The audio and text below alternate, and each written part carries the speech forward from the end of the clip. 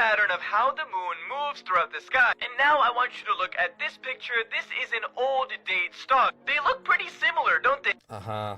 Well, according to this verse of the Holy Quran, Allah will cause the moon to move like an old date stalk. This is exact proof that Islam is the true religion. Yeah, Brownie Sati is actually correct. You sure about that?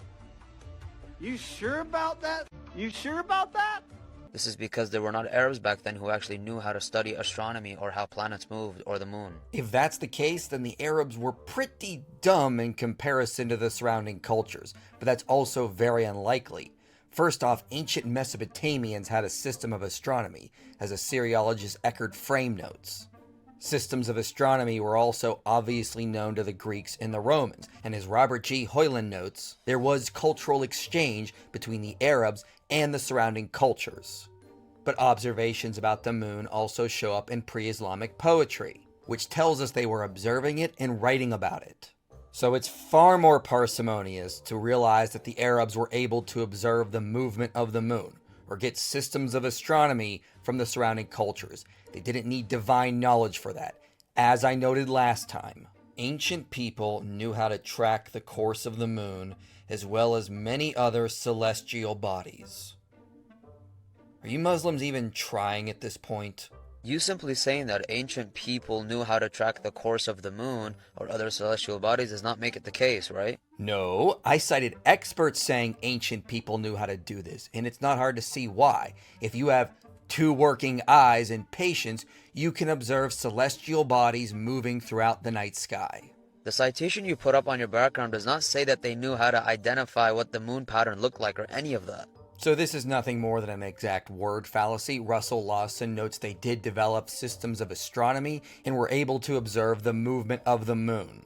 In fact, their explanation of the moon and how they knew how to track it was very simplistic. And his sources, trust me bro, actually people as far back as the Stone Age were tracking the moon.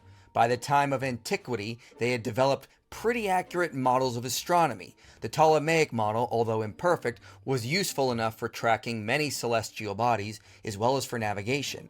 But in the 5th century, they had developed a competing model known as the Capellan model, which tells us that ancient people were very much interested in tracking celestial bodies and coming up with more accurate models. Modern astronomy didn't develop in a vacuum. What got us to this point was a series of great minds making small steps along the way. At no point did the Quran need to come in and tell us something that we humans already knew. We can conclude that in fact this is a scientific miracle. That's right folks, it's a scientific miracle that the Quran mentions the movement of the moon, something anyone in the ancient world with 2 working eyes and patience would have been able to observe. But this brings me to something important. Muslims often claim the Quran must be from God because it allegedly contains scientific knowledge that no one at the time would have known about. Of course, this is nonsense, as even Ali Dawah had to admit. One of the reasons I accepted Islam was the scientific miracles. I'll be honest with you. And now we know that this whole scientific miracles was absolute nonsense, not in total. But guess what? Allah led me to Islam. One of the reasons was because of the scientific miracles. And guess what? Did I leave Islam when this whole scientific miracle thing got debunked?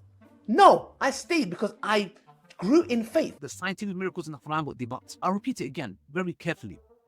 The scientific miracles argument in the Quran got debunked. Debunked. It is debunked. Yes, it is debunked. And we don't need it. Of course, there are no scientific miracles in the Quran.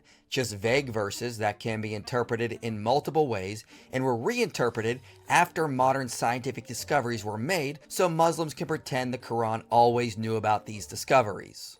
If these were actually scientific miracles, these verses should have led to these discoveries, but they didn't.